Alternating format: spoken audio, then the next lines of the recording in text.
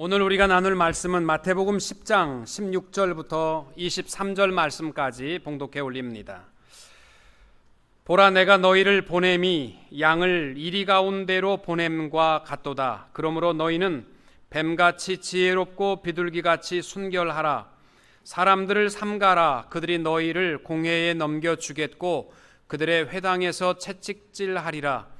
또 너희가 나로 말미암아 총독들과 임금들 앞에 끌려가리니 이는 그들과 이방인들에게 증거가 되게 하려 하심이라. 너희를 넘겨줄 때에 어떻게 또는 무엇을 말할까 염려하지 말라. 그때 너희에게 할 말을 주시리니 말하는 이는 너희가 아니라 너희 속에서 말씀하시는 이 곧 너희 아버지의 성령이시니라. 장차 형제가 형제를, 아버지가 자식을 죽는 데에 내주며 자식들이 부모를 대적하여 죽게 하리라. 또 너희가 내 이름으로 말미암아 모든 사람에게 미움을 받을 것이나 끝까지 견디는 자는 구원을 얻으리라. 이 동네에서 너희를 핍박하거든 저 동네로 피하라.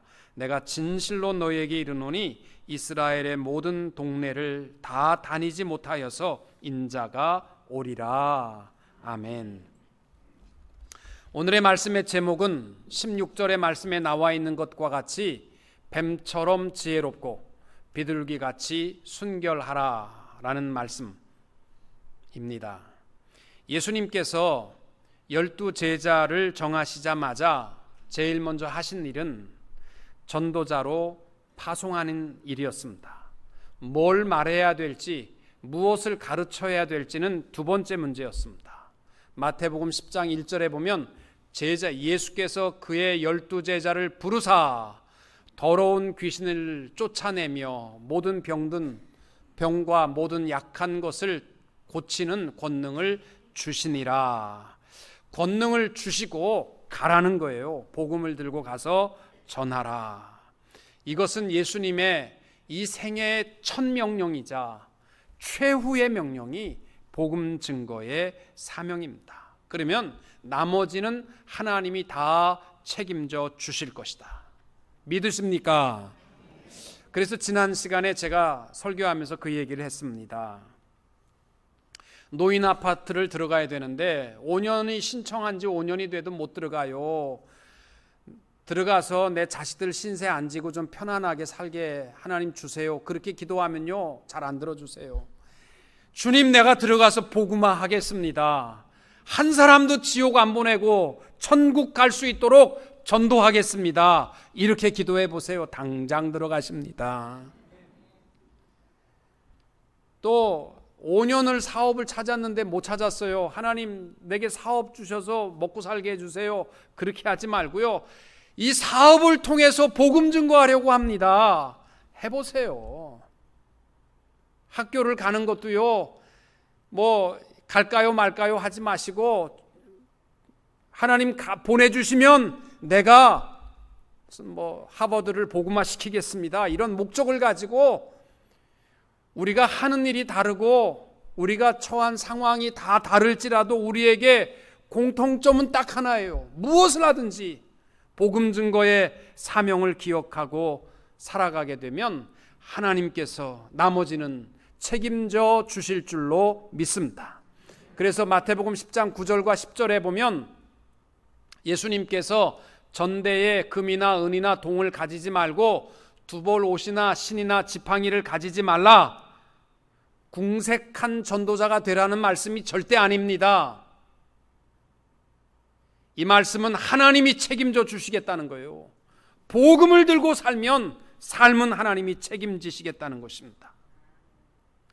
여러분, 매일 우리가 하기 싫은 일을 매일 하면서 산다면 그 인생 얼마나 괴롭겠습니까? 아침마다 이 이민생활 이른 아침부터 일어나지 못하는 분들, 새벽부터 일어나서 일하는 분들이 굉장히 많습니다. 근데 만약 우리가 일어나는 이 모든 일들이요, 먹고 살기 위해서 일어나야 된다면 얼마나 괴로운 일이에요.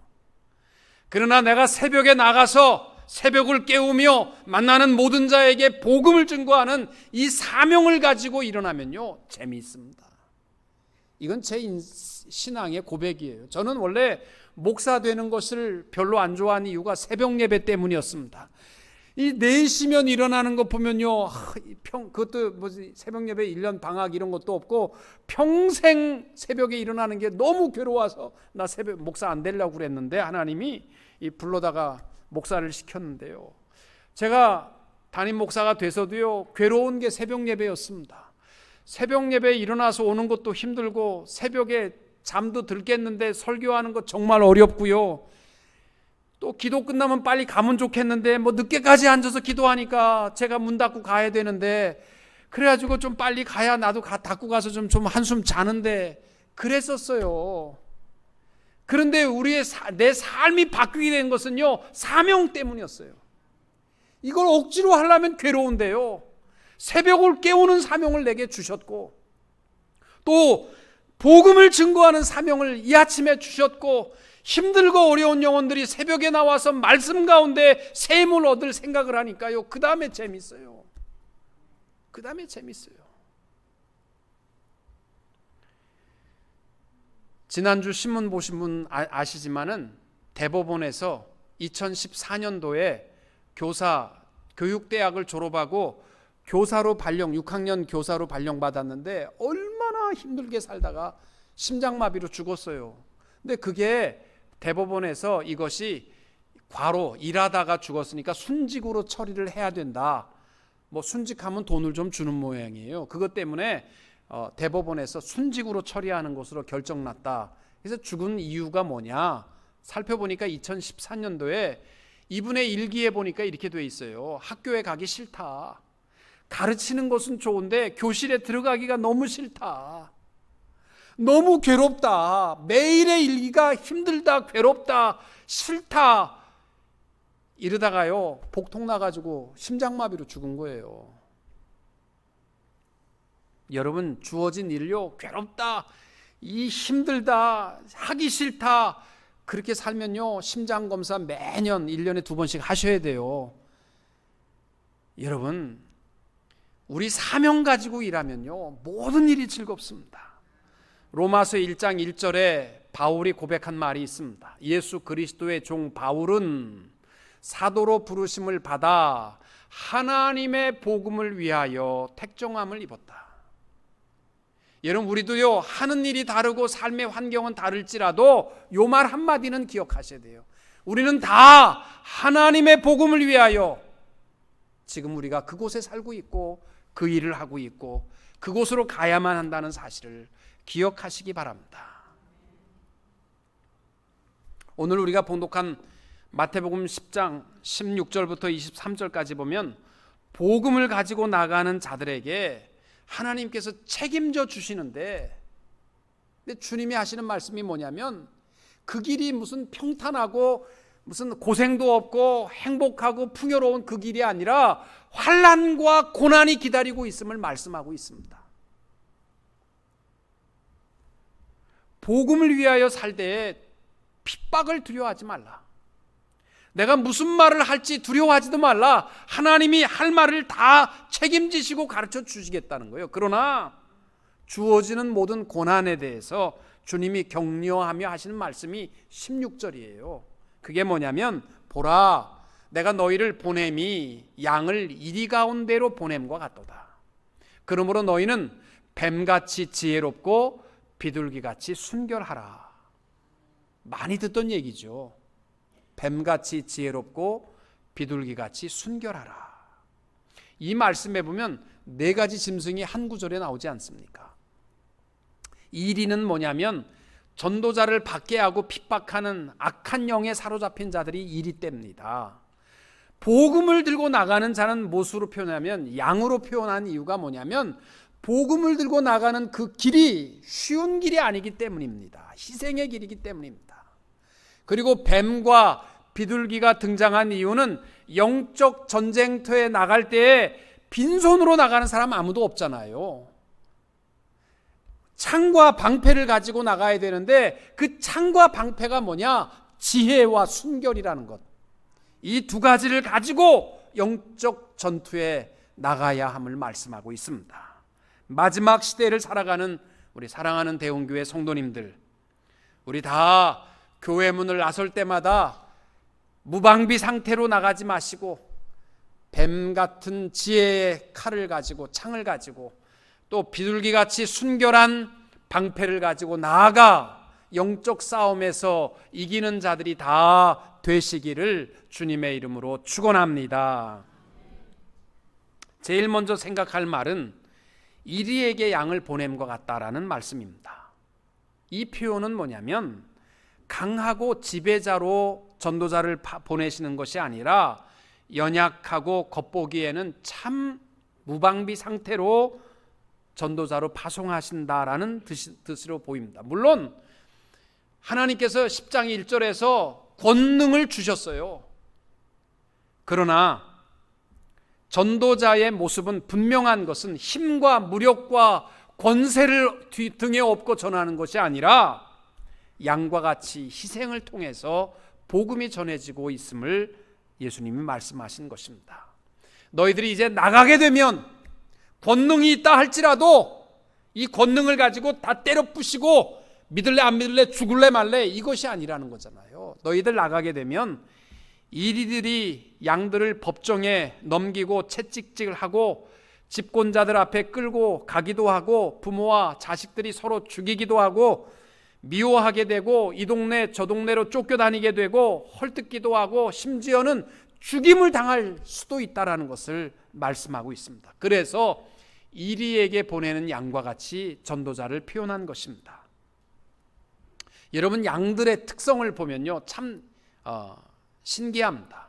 필립 갤러라는 사람이 목자 생활을 하다가 이제 신학자가 됐는데 그분이 목자의 경험을 가지고 한 말이 있습니다. 성경에 보면 양이라는 말이 많이 나오는데 양의 제일 첫 특성은 뭐냐면 근시예요. 멀리 있는 것을 절대로 못 본답니다. 코앞에 있는 풀만 본대요. 그래서 저기가 아무리 기름지고 풍성하더라도 내 힘으로 갈 수 없대요. 목자가 보고서 데리고 가는 것뿐이고 양들은 내 코앞에 있는 풀만 있으면 그 앞에 늑대가 있어도 간다는 거예요. 그 앞으로. 그래서 속담에 보면 양들은 이리를 피하기보다 도리어 이리 쪽으로 간다. 누가 봐도 멍청한 거죠. 앞에 이리가 입 벌리고 있는데 글로 가는 이유가 뭐냐면 내 눈앞에 있는 풀 때문에. 그게 양이에요. 그리고 양의 또 하나의 특징이 있는데 뭐냐면 한 번 훌라당 넘어지면 자기 힘으로 못 일어나는 거예요. 그래가지고 두 발과 두 다리가 하늘로 들리면 뜨거운 태양 밑에서는 반나절이면 죽는데요. 그리고 날씨가 시원하면 며칠 간대요. 그래서 자기 힘으로 못 일어나서 꼭 옆에서 누가 이렇게 밀어줘야지 일어나는데 양이 왜 넘어지느냐? 가장 잘 넘어지는 이유가 뭐냐면 털이 많아지면 뒤뚱뒤뚱하다 넘어진다는 거예요. 털이 많아지면. 왜냐하면 그 털 사이에요 별게 다 들어있대요. 돌도 들어있고 나무도 들어있고 쇠붙이도 이게 한번 끼기만 하면 안 나오니까 양털 가운데로 끼기만 하면. 그래서 이렇게 커지게 되면요 그 다음에 자기 몸무게 돌이 들어가 있으면 무게가 쓸려가지고 넘어가는 거예요. 그래서 양들은 홀라당 털을 깎아야지 살아갈 수 있다는 거예요. 때때로 우리 인생을 살아가면서 하나님께서 우리 껍질을 홀라당 벗기는 것과 같이 추운데 껍질을 벗겨서 내보내는 것처럼 아무것도 없이 내보낼 때마다 하나님 너무하십니다. 왜 우리 털을 다 깎아버리고 이렇게 빈몸으로 살아가도록 처량하게 추운데 살아가게 하십니까? 그렇게 불평할지 모르지만 그래야 사는 거예요. 양은요 때때로 홀라당 벗기셔요. 그때마다 두려워하지 마세요. 살기 위해서 하나님 우리를 또 베끼시고 또 따뜻하게 보호하시는 줄로 믿으시기 바랍니다. 근데 문제가 뭐냐면 예수님께서 이리들 입 앞으로 양들이 가는 것처럼 이 제자들을 파송하시면서 뱀처럼 지혜로워야 한다고 말씀하는 거예요. 그러면 앞에 고난과 환난이 주어졌을 때, 핍박이 주어졌을 때 피하는 게 옳으냐, 모든 핍박 어려움에 일이 입 앞으로 쏙 들어가서 잡혀 먹는 게 옳으냐, 뭐가 옳은 겁니까? 어떤 게 옳은 길이에요? 여러 가지 우리 삶 속에서 신앙을 지키면서 때때로 피해야 할지, 이것을 내가 당해야 할지, 그것이 혼동스러울 때가 많이 있어요. 나를 괴롭게 하는 사람도 이걸 피해야 되나, 이것을 부딪혀야 되나, 그 고민이 많잖아요. 철로 역정을 쓴 존 버년이 1684년도에 쓴 고난에 대한 적절한 상담과 조언이라는 책이 있습니다. Seasonable Counsel 아니면 Advice to Sufferers라는 책이 있는데, 거기에 보면 존 버년이 이 문제를 다루고 있습니다. 우리 앞에 고난과 위협이 딱 닥쳤을 때 이걸 도망가야 되냐, 감수해야 되냐, 이 문제입니다. 여러분 주로 어떤 길을 택하십니까? 존 버년이 먼저 자기 이야기부터 해요. 자기는 자식이 4명입니다. 그 중에 하나는 시각장애자입니다. 그래서 아버지의 절대적인 도움이 필요합니다. 그런데 복음을 전하다가 붙들렸는데 존 버년에게 한 말이 뭐냐면, 성경적 복음을 전하면 너 감옥 가야 된다. 그리고 네가 여기다가 절대로 복음을 전하지 않겠다고 하면 너 석방시켜 줄 테니까 네 자식들 케어해라. 존 버년이 방황하는 거예요. 어떻게 해야 될지. 자기는 복음을 전하겠습니다. 그래서 감옥 안에 12년 동안 감옥 생활을 하고 이제 나오게 됩니다. 그가 하는 말입니다. 우리 앞에 고난과 위협이 닥쳤을 때 어떻게 하는 것이 가장 좋으냐? 그가 말하는 원리는 이겁니다. 당신의 마음, 첫 번째 원리가 뭐냐면 당신의 마음에 하나님의 역사하시는 대로 행하라는 거예요. 쉬운 말로 하면 내 마음에 도망가야 되겠다, 이 마음을 주시고 문이 열려 있거들랑 도망가라는 거예요. 그리고 내 마음에 이것은 내가 이겨야 되겠다, 이 싸움은 내가 고난은 이겨야 되겠다고 생각되거들랑 성령 하나님이 주시는 생각이니까 당당하게 이기라는 거예요. 성경에 보면 모세도 위협이 주어졌을 때 도망간 적이 있어요. 그리고 위협 속에 당당하게 맞서서 싸울 때도 있었습니다. 다윗도 마찬가지예요. 사울왕이 죽이려고 할 때 도망간 적도 있고 당당하게 위협 속에서 견디고 싸운 적도 있습니다. 예레미야도 마찬가지고 도망갈 때도 있었고 견딜 때도 있었다는 거예요. 그 모든 환경에 대해서 가장 판단하기에 적절한 사람은 본인이라는 거예요. 그러니까 우리 마음에 성령 하나님이 살아계시니까 두려워하지 말고 성령 하나님이 내 마음에 역사하시는 대로 감당하라, 이렇게 얘기합니다. 두 번째가 뭐냐면 내가 결정했으면 서로 내 것만 옳다라고 주장하지 말라는 거예요. 그리고 서로 비판하지 말라는 겁니다. 되게 그러잖아요. 고난을 나는 피했을 때 안 피한 사람들이 나쁜 놈이라고 욕하잖아요. 그러지 말라는 겁니다. 한국의 6.25 때예요. 서울에 있는 교회 담임 목사님들이 하루아침에 많이 바뀌었습니다. 왜 바뀌었냐면요, 6.25 때 목사님들은 종교는 아편이라고 그래서 이 괴뢰의 앞잡이로 여기고 다 죽였거든요, 공산당이. 그러니까 목사님들이 6.25 때 다 피난 갔습니다. 교인들 중에 피난 간 사람도 있고 안 간 사람들도 있잖아요. 교회 신앙을 지키는데 부목사님들 가운데 안 가고 남은 사람들이요, 남겨진 교인들을 돌아보며 격려하고 기도하고 피난 안 간 거 딱 하나 있었는데, 국군이 올라오면서 피난 갔던 교인들하고 목사님이 올라오니까 하루아침에 당신은 목사 될 자격이 없다, 양 떼놓고 어딜 도망가느냐, 그래가지고 도망 안 간 부목사님이 오늘부터 담임 목사, 그래가지고 다 뒤집어진 거예요. 그러지 말라는 겁니다. 하나님이 우리 마음속에 도망갈 마음을 주시면 가고 남겨질 마음 주시면 남는 거예요. 제가 이 말을 드리는 이유가 뭐냐면 혹시 제가 도망가더라도 바꾸지 말라는 거예요. 바꾸지 말라는 거예요. 그건 성령 하나님이 그때마다 우리에게 주시는 마음의 역사라는 거죠. 비판하지 말라는 거예요. 또 하나가 뭐냐면 결정한 결과에 대해서는 기쁘게 감당하라는 겁니다. 도망갈 때 찜찜하게 내가 도망가면 안 되는데 이러면서 도망가지 말고, 도망가도 할렐루야 이러면서 도망을 가고, 남겨 핍박을 이길 때에도 괴롭다 어렵다 그러지 마시고 하나님이 주셨으면 기쁘게 고난을 이기라. 이것이 우리가 이리때가 가득한 이 땅을 양으로 승리하며 살아가는 비결이 되는 줄로 믿습니다. 두 번째 나눌 말씀이 뱀처럼 지혜로워라 하는 말씀입니다. 이 말씀이요 참 해석하기 어렵습니다. 왜? 성경에 보면 뱀은요 항상 나쁜 역할이잖아요. 거짓되고 술수와 악한 것, 사탄과 마귀의 앞잡이가 뱀인데 왜 하필 예수님께서 뱀처럼 지혜로라고 말씀하셨을까?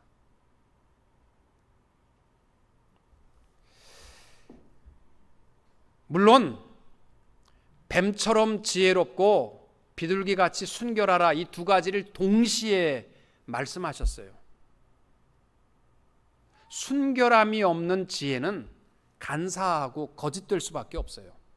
그리고 지혜 없는 순결함은 위험의 무방비 상태나 무능할 수밖에 없기 때문에 두 가지를 한 가지 자질로 지혜와 순결함을 말씀하셨습니다. 근데 왜 하필 뱀이냐 이거예요. 여러분, 뱀에 대해서 잘 이해하세요.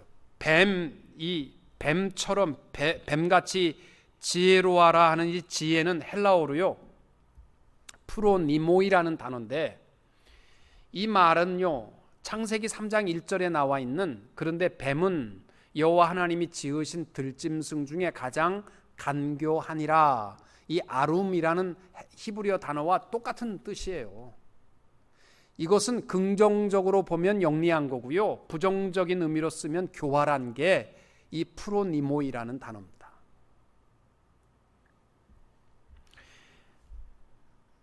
여러분, 우리에게 주신 지혜도요 아름답게 쓰면 이게 지혜지만 잘못 쓰면 악하게 쓰이는 거예요. 우리 주위에 보면요 정말 똑똑한 사람인데 잔인하고 악하게 쓰는 사람 많아요. 감옥 안에 가면요 우리들보다 훨씬 더 IQ가 높답니다, 그 사람들이. 여러분, 머리 나쁜 거 감사하셔야 돼요. 그 잘못 쓰면요 그렇게 되는 거예요. 하나님께서 솔로몬에게 지혜를 주셨어요. 그리고 솔로몬이 여호와를 경외할 때에는요 그 지혜가 빛이 납니다. 근데 그 솔로몬이 자기의 재산을 자기 스스로 지키고 이스라엘을 자기 힘으로 병거와 마병을 의지하고 지키려고 하다 보니까 이 근동에 있는 국가들의 공주를 자기의 후궁으로 맞아들이면서 이스라엘을요 우상천국으로 만들어 버리잖아요. 그의 지혜가 교활한 것으로 쓰여버리고 맙니다.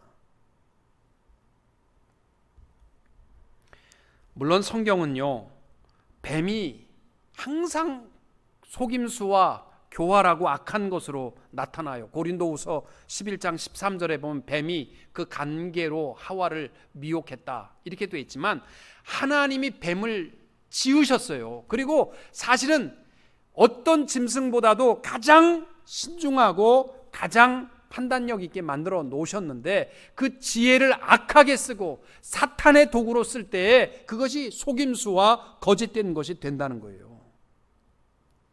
예수님께서 뱀같이 지혜로워라 라는 것을요 잘못 이해하시면 안 돼요. 신천지 같은 악한 이단들은 뭐라고 얘기하냐면, 복음을 전할 때 거짓말 맘대로 하라는 거예요. 속이라는 거예요. 교회 가서 맘대로 속이고 거짓말하고 교회를 무너뜨리기 위해서는 수단과 방법을 가리지 말라고 해요. 그러한 뜻으로 말씀한 게 아니잖아요. 그 당시에는 이미 근동지방에 있었던 그 속담이 뭐냐면 뱀처럼 지혜로워라 라는 말은 있었어요. 그 뜻은 뭐냐면 매우 신중하고 분별력이 있다라는 뜻으로 쓰였던 겁니다. 너희들이 이리떼에게 갈 때에 잘못하면 홀가닥 잡혀 먹히니까 신중하고 가장 분별력이 있지 않으면 안 된다는 거예요. 옛날 어른들이 한 말 중에 무슨 말이 있냐면, 집을 지키던 구렁이가 집을 떠나면 그 집안은 망한다, 그런 말이 있었죠. 못 들어보셨습니까? 그런 말이 있어요. 제가 만든 말이 아니에요. 그 말이 무슨 뜻이냐면 뭐 뱀이 집을 지킨다는 말, 구렁이가 집을 지킨다는 말이 아니라 뱀이 어떤 동물들보다도요 가장 자연재해나 재앙에 대해서 동물적 감각이 탁월하답니다. 기왕이면 우리가 전도자로 나갈 때 예수님이 부탁하는 것은 뭐냐면 탁월한 지혜를 가지고 나가야 된다는 거예요. 탁월한 지혜를 가지고 나가야 된다.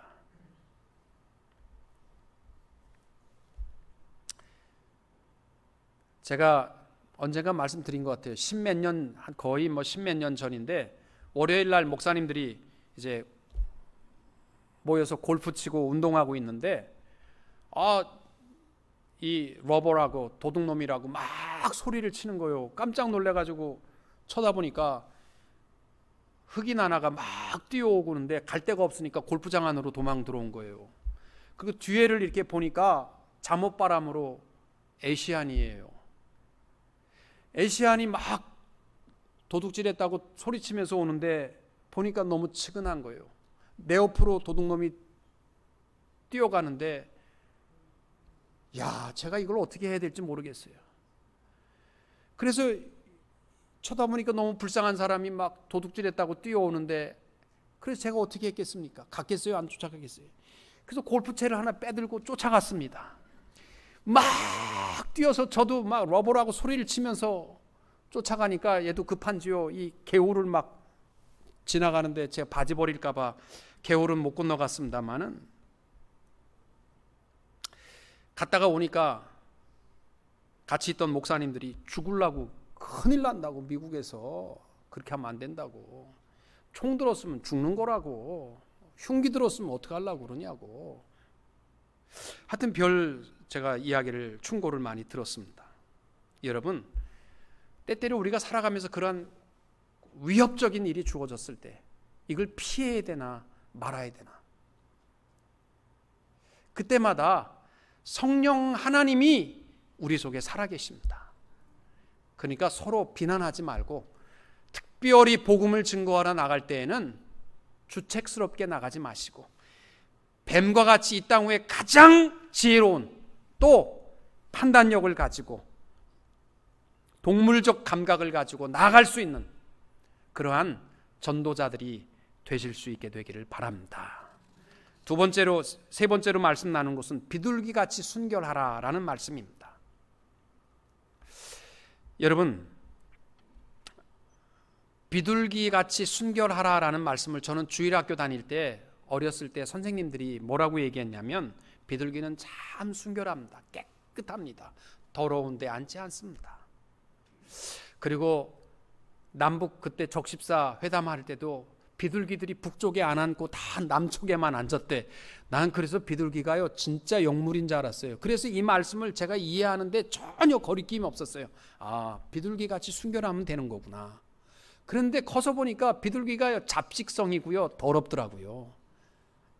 별거 다 먹고요 비둘기만큼 지저분한 거 없어요. 비둘기처럼 순결하라라는 말이요 이제 헷갈리기 시작한 거예요. 제가 아니 비둘기가 안 순결한데 어떻게 순결합니까?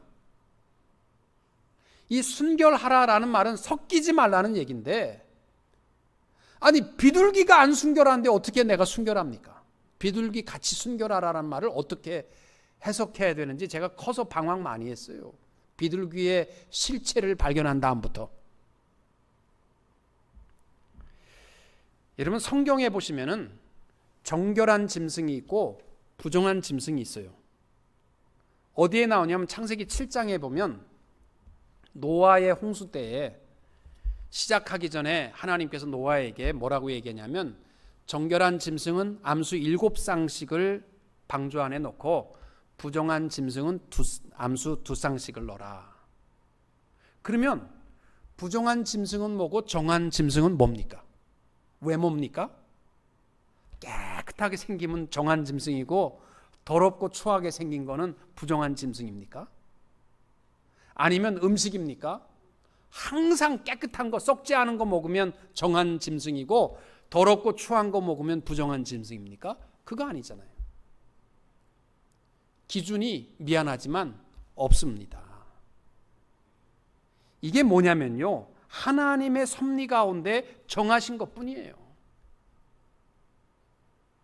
하나님이 다 지으셨는데 정하고 부정함이라는 말은 뭐냐면요, 하나님이 이 땅 위의 짐승들 가운데서 땅 위의 짐승들 가운데선 양을 정한 짐승으로, 정결한 짐승으로 선별되셨고 하셨고, 새들 중에서는 비둘기만 정결한 짐승으로 선별하셨습니다.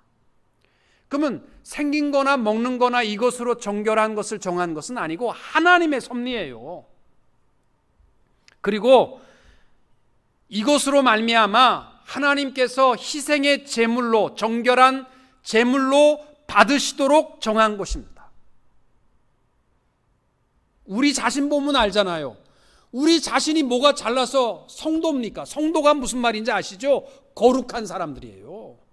여러분 정말 깨끗한 사람들입니까? 뭘 봐서? 세상 사람들과 뭘 봐서 여러분이 성도예요? 우리가 성도가 된 것은 딱 하나입니다. 하나님의 선택입니다. 잘나서 우리는 고상한 음식을 먹기 때문에, 우리는 집안이 깨끗하기 때문에 정결한 사람들 아니잖아요. 그래서 구약 성경에 보시면은 양과 비둘기를 가르칠 때마다 그 앞에 나와 있는 단어가 나와 있는데, 타호르, 정결한 짐승, 정결한 양, 정결한 비둘기, 이 단어가 붙어 있어요. 타호르, 하나님이 정한 거예요. 근데 어디까지 타호르라는 단어가 쓰이냐면 예수 그리스도의 십자가까지 쓰입니다. 오늘날은 양을 가르칠 때 누가 정결한 양이라고 불러요? 안 불러요. 비둘기, 정결한 비둘기라고 안 부릅니다. 예수님께서 그 정결한 양과 정결한 비둘기의 역할을 십자가에서 완성하셨기 때문이에요. 세례 요한이 예수님을 보면서 뭐라고 합니까? 세상 죄를 지고 가는 하나님의 어린 양이로다. 주님이 타오르, 정결한 양을 감당하신 거예요. 예수님께서 세례를 받으실 때에 성령이 뭐같이? 비둘기같이 예수님께 임하셨습니다. 예수님은요, 정결한 비둘기와 정결한 양의 역할을 다 하신 거예요. 그래서 더 이상 짐승으로 정결한 이름을 붙일 이유가 없어진 겁니다.